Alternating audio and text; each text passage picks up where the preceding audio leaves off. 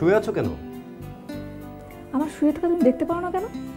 সকাল হলে মানুষ ঘুম থেকে ওঠে, তুমি কেন সকাল 9টা পর্যন্ত শুয়ে থাকবে? শুয়ে থাকতে আমার ভালো লাগে তাই। তুমি কাজে মানুষ কাজে যাও। মিসেরা তোমাদের মারে? হ হ না বলো হ্যাঁ। হা হ্যাঁ না বলো হ্যাঁ। হে এই হ্যাঁ বলো। হ্যাঁ কালকে থেকে এই বাড়িতে সকাল 7টার মধ্যে পেপার দিতে হবে। 1 সেকেন্ডও দেরি হলে চলবে না, পারবে? আসি তাহলে। আচ্ছা। গাড়িতে তেল নাই। আগে বলনি কেন? পাম্প পর্যন্ত যাওয়া যাবে ম্যাডাম। এখন আমি অফিসে যাব না পাম্পে গিয়ে তেলের লাইনে দাঁড়িয়ে থাকবো? কোনো কাণ্ড জ্ঞান আছে তোমার?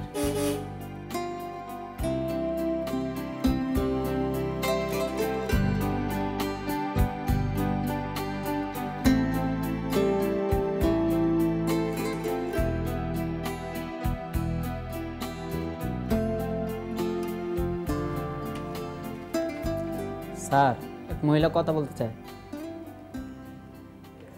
স্যার, কি? এক মহিলা কথা বলতে চায়। কি যেন তার সমস্যা? আমার সাথে বললো এডিটর সাহেবের সাথে।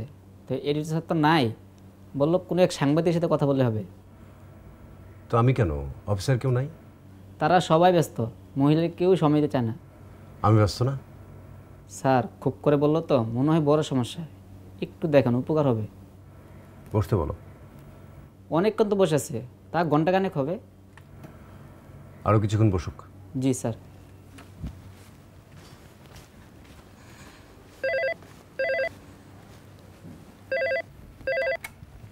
হ্যালো রফিক, কখন আসছেন? এই তো ঘন্টাখানেক আগে। অ্যাসাইনমেন্ট ছিল না কোনো? না, কেন? আর বলবেন না, ক্রাইম ডেস্কের সবগুলো রিপোর্টার মোবাইল ফোন বন্ধ করে রেখেছে। আপনি একটু বের হন তো, ওই কাঁঠাল বাগানে একটা খুন হয়েছে। তাই নাকি? আমি তো 1 ঘন্টা আগে ওদিক দিয়ে আসলাম, কিছু তো শুনলাম না। ওই কাঁঠাল বাগান বাজারের পাশে জোড়া খুন হয়েছে, একটু জলদি যান। ঠিক আছে, যাচ্ছি। ওকে।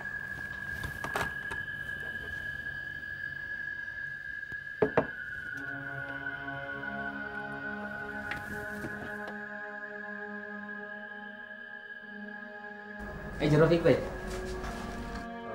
কিছু মনে করবেন না, আমাকে জরুরি একটা কাজে বের হতে হচ্ছে। আপনি কি কালকে আসবেন? আসতে পারবেন? কয়টার সময়? দুপুরের দিকে। আচ্ছা ঠিক আছে। কিন্তু আসার আগে একটা ফোন করে এসেন। হ্যাঁ, আচ্ছা ঠিক আছে। আসার আগে একটু ফোন করে আসেন, ওনাদের কোনো ঠিক ঠিকানা দেখেন না, কেমন দৌড়ে থাকে সবসময়। আচ্ছা, আপনার প্রবলেমটা? সেটা তোমাকে বোঝানো যাবে না। আসি।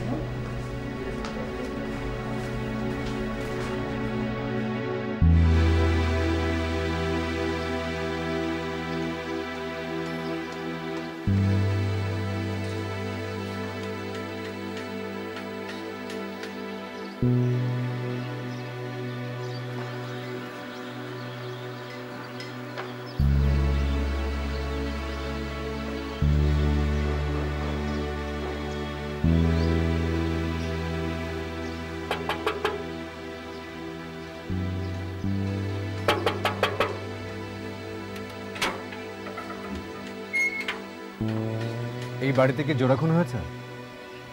যে হয়েছে। আপনি কি? আমি দৈনিক সকাল থেকে এসেছি, সাংবাদিক। হ্যাঁ জি। বাড়িওয়ালা আছে? যে আছে। কথা বলা যাবে? হ্যাঁ আসেন।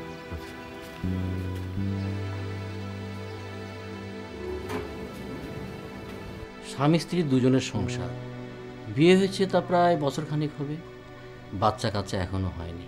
খুবই সুখী পরিবার, দুজনই ভালো ছিল, অমায়িক ব্যবহার। কি যে হলো, দুজনে মরে পড়ে আছে। আত্মহত্যা করলো কিনা তা বলা যাচ্ছে না, পোস্টমর্টেম রিপোর্ট হলে পাওয়া যাবে। কেউ খুন করে যায়নি তো?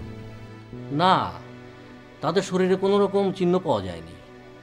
দরজা ভিতর থেকে বন্ধ ছিল, পুলিশ দরজা ভেঙে ভিতরে ঢুকে দেখে দুজন পাশাপাশি শায়িত, যেন দুই ভাই বোন শুয়ে শুয়ে ঘুমাচ্ছে। ছেলেটার বয়স কত হবে? ছেলেটার বয়স এই 30 হবে কিনা সন্দেহ, মেয়েটার বয়স 20-22, খুবই কচি বাচ্চা ছেলে মেয়ে দুজন। ছেলেটা কি করতো? একটা বাইং হাউসে ছিল, সামান্য বেতনের চাকরি। মেয়েটাও চাকরি খুঁজছিল কিন্তু পাচ্ছিল না। ও, লাশ দুটো এখন কোথায়? পুলিশই নিয়ে গেছে ঢাকা মেডিকেলে। আচ্ছা, ওদের কোনো আত্মীয় স্বজন আসেনি? সেইটাই তো বড় আশ্চর্যের কথা। ওদের আত্মীয় স্বজন আছে কি নাই সেইটি আমরা জানি না। ছেলেটা বাসা ভাড়া নেওয়ার সময় বলেছিল ওদের দেশের বাড়ি দিনাজপুরে, কিন্তু বাসা ভাড়া নেওয়ার পরে দিনাজপুর থেকে কোনো আত্মীয় স্বজন কোনো দিন আমরা আশা দেখি নাই।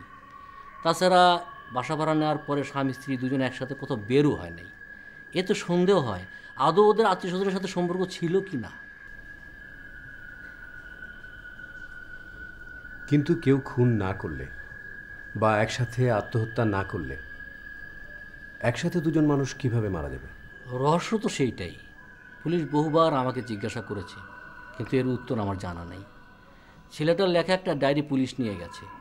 আপনি সাংবাদিক মানুষ, আপনি দেখতে চাইলে হয়তো পুলিশ আপনাকে দেখাতেও পারে, সেখানে হয়তো কোনো তথ্য পেতে পারেন। তাই নাকি? ছেলেটা কি লেখালেখি করতো? শিক্ষিত ছেলে ছিল, ঢাকা ভার্সিটির MA পাস। ও আচ্ছা, ঠিক আছে, আপনাকে অনেক ধন্যবাদ। আমি আসি।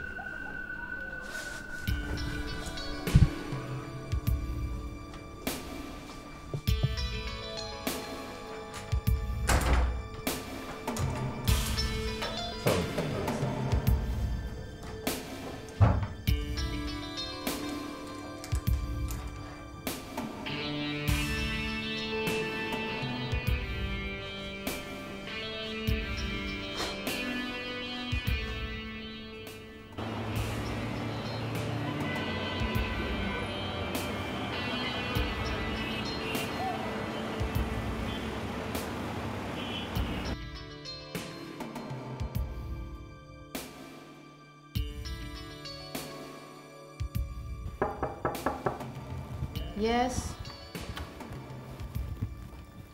আজ আপনাকে রিক্সা থেকে নামতে দেখলাম, গাড়ির কি হলো? আসুন, বসুন।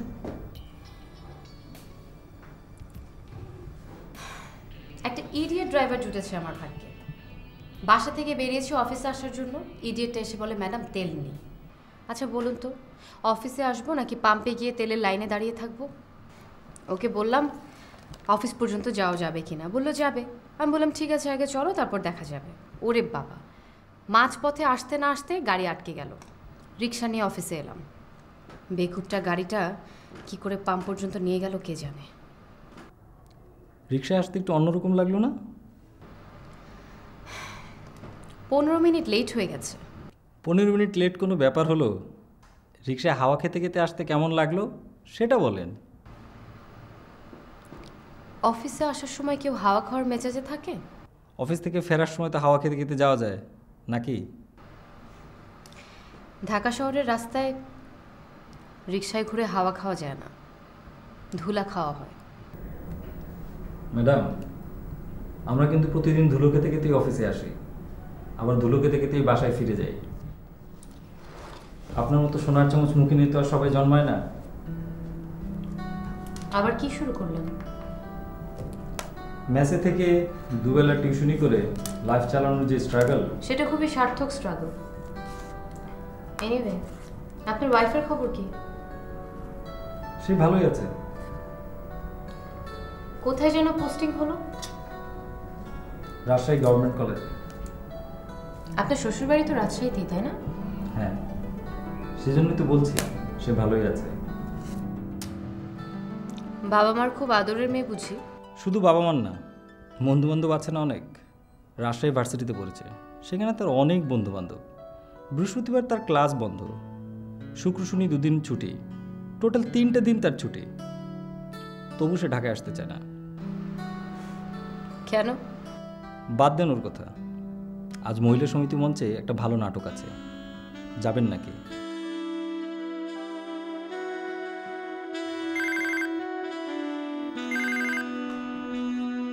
Hello, Nabila speaking.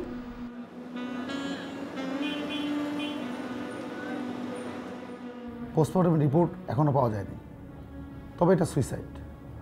দুজনে একসাথে ঘুমের ওষুধ খেয়ে আত্মহত্যা করেছে বলে প্রাথমিকভাবে মনে হচ্ছে। আপনারা নাকি একটা ডায়েরি পেয়েছেন? হ্যাঁ, একটা ডায়েরিতে পাওয়া গেছে। চোখ বুলিয়ে দেখেছেন? দেখছি, পুরোটা দেখা হয়নি। তো মনে হচ্ছে এই মৃত্যুর সাথে ডায়েরির যোগসূত্র নেই। আমি কি একটু ডায়েরিটা দেখতে পারি? প্লিজ সাংবাদিক সাহেব, একটু অপেক্ষা করুন, অন্তত পোস্টমর্টম রিপোর্টটা আসুক। আমি শুধু একটু চোখ বুলাতাম। আচ্ছা, ঠিক আছে। ইন্টারেস্টিং কিছু পেলে আমাকে জানাবেন। শিওর।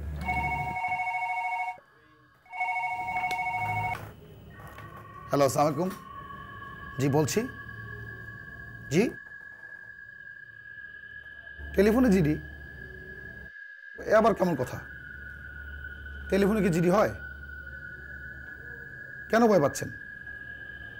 না, থানায় আসতে কিসের ভয়? না না না, ঠিক আছে, আপনি আসুন।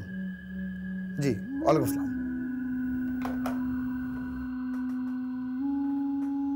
কি কিছু পেলেন? আজকে 7 তারিখ না? হ্যাঁ, কেন? ওসি সাহেব, আপনি যদি অনুমতি দেন ডায়েরিটা আমি নিয়ে যাই।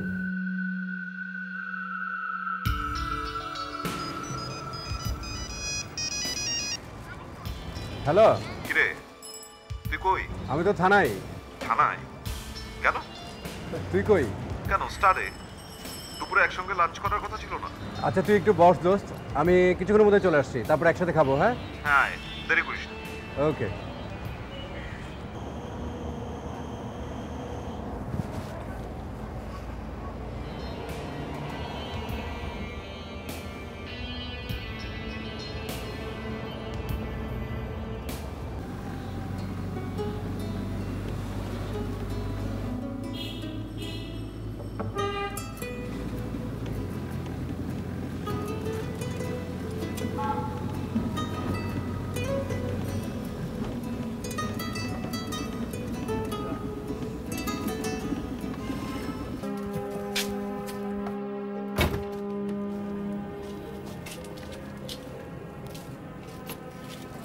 কবির, জিনিসগুলো গাড়ি থেকে নিয়ে যাও।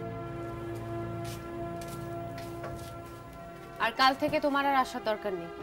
ম্যাডাম, এরকম ভুল আর হইব না। কাল সন্ধ্যায় এসে মাসের বেতন নিয়ে যাবে। ম্যাডাম, এবারকার মতো মাফ করে দেন। তোমার মতো ইডিয়েটকে দিয়ে আমার চলবে না। ম্যাডাম, এরকম ভুল আর জীবন হইব না। কোনো কথা নয় জয়নাল, গাড়ি পার্ক করে চাবি দারোয়ানকে দিয়ে চলে যাবে।